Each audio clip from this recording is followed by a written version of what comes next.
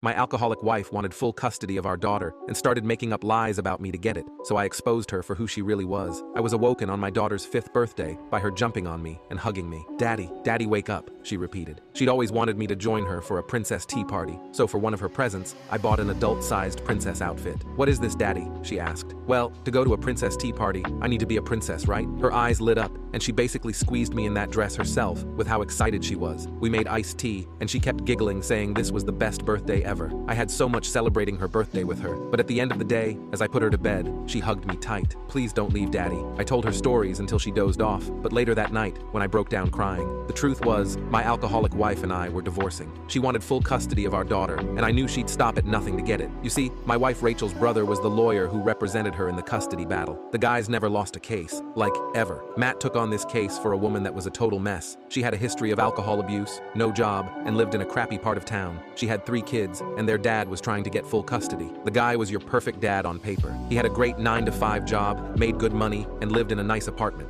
The only thing was that he didn't have enough room in his apartment for all 3 of the kids. Everyone thought the dad was a shoo-in for custody, but then Matt stepped in. He started tearing the dad's case apart piece by piece. He brought in character witnesses to talk about how the mom was turning her life around and how much she loved her kids. He made her look like a hero who was battling her demons for the sake of her children. But the craziest part? Matt somehow turned her addiction into a positive. He argued that her previous struggles made her more empathetic and determined to protect her kids from going down the same path. He convinced the court that the mom's tough life made her a stronger and more loving parent. Despite all odds, Matt won the case. The mom got custody of the kids. Knowing all this, I was terrified. If Matt could win a case like that, what chance did I have? But I knew I had to fight for my daughter Lily, no matter how good Matt was. During the court proceedings, Rachel lied through her teeth. She said I was drunk all the time and couldn't take care of Lily. Meanwhile, Rachel was the one with the drinking problem. She spun this whole story about me being this irresponsible, stumbling drunk. Then, she accused me of mistreating her throughout our marriage. She told the court that I was verbally abusive and that I made her life miserable. None of it was true, but she had this sob story all lined up, complete with fake tears and everything. She painted herself as the victim. Rachel even went so far as to say that I neglected Lily. She made it sound like I was some negligent, careless father who couldn't be bothered to take care of his own kid. The worst part was Matt backing her up. He twisted every piece of evidence and every bit of testimony to make me look bad. He brought in so-called witnesses who claimed they saw me drunk or heard me, but her testimony was needed. We were sitting in the courtroom, and Lily was called to the stand.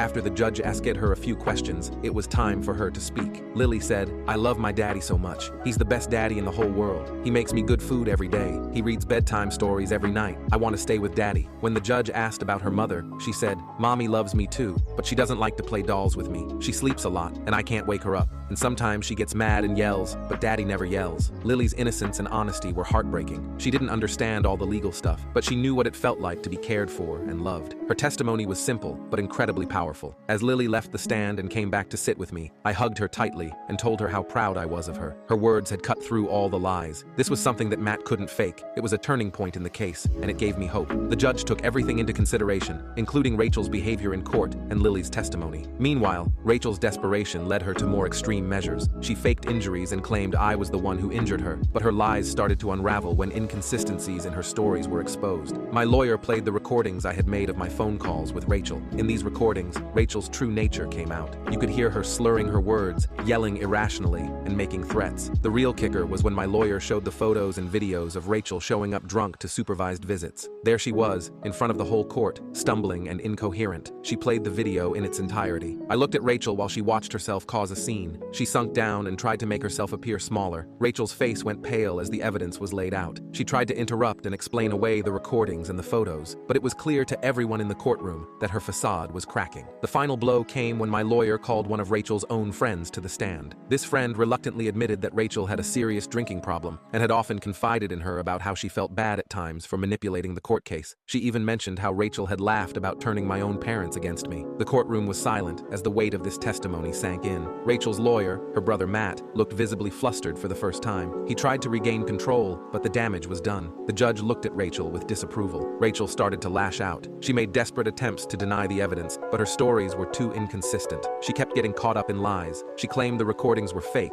and that the photos photos were staged, but her points were weak and desperate. The judge took a moment and said that the evidence presented had shown a pattern of instability and dishonesty that could not be ignored. It was like music to my ears. Rachel's lies were unraveling right before her eyes, and there was nothing she could do to stop it. For the first time, I felt a bit of hope that Lily could stay with me. My lawyer also shared moments from my life with Lily, including photos of our camping trips, her school achievements, and our quiet evenings reading together. The judge began to see through Rachel's lies and manipulation. This final court session felt tense. Rachel's brother tried again to paint me as an unfit father, but the evidence against Rachel was too strong to ignore. The judge called for a recess and took time to review all the evidence and testimonies. As I sat in the hallway, the only thing that calmed my nerves was looking at a picture Lily had drawn of the two of us. I felt a small hand slip into mine. I looked down to see Lily. She told me that everything was going to be okay. I told her that all the time, and now she was trying to comfort me the same way. The judge returned, and everyone filed back into the courtroom. He acknowledged the difficulty of the situation and the emotional toll it had taken on everyone involved.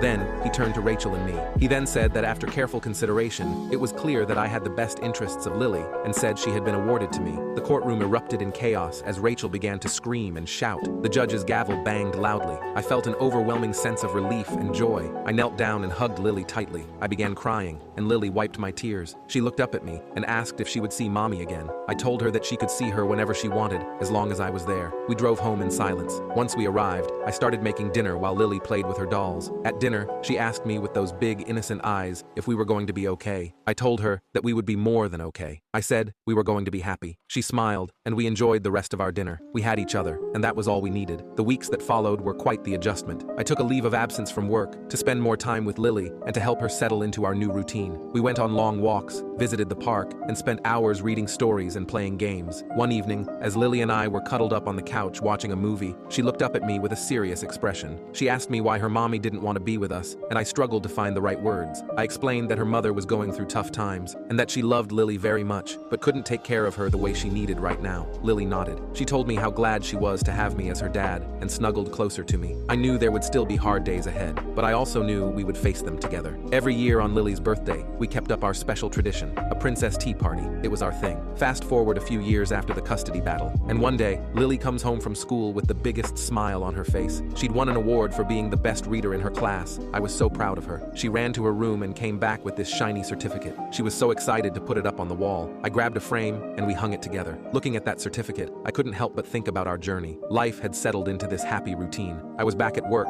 juggling my job and being a full-time dad. It wasn't always easy, but every challenge was worth it just to see Lily happy. She was thriving in school, making friends, and growing more confident every day. It was all the proof I needed that we were doing all right.